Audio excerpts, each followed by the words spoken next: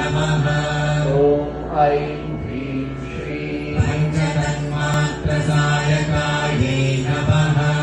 ॐ ऐं ह्रीं श्रीं निजारुणप्रभापूरमज्जब्रह्माण्डमण्डलायै नमः। ॐ ऐं ह्रीं श्रीं चम्पकाशोकपुण्डाकसौगन्धिकलसत्कचायै नमः। ॐ ऐं ह्रीं श्रीं गुरुविन्दमणिश्रेणीकनत्कोटीरमण्डितायै नमः। ॐ ऐं ह्रीं श्रीं अष्टमे चन्द्रविभ्राजननिकस्तनशोभितायै नमः। ॐ ऐं ह्रीं श्रीं मुखचन्द्रकलङ्काभभृगनाभिविशेषकायै नमः।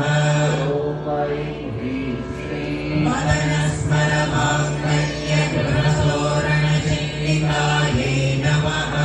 ॐ ऐं ह्रीं श्रीं वक्रलक्ष्मीपरिवाहचलन्मीनाभलोचनायै नमः।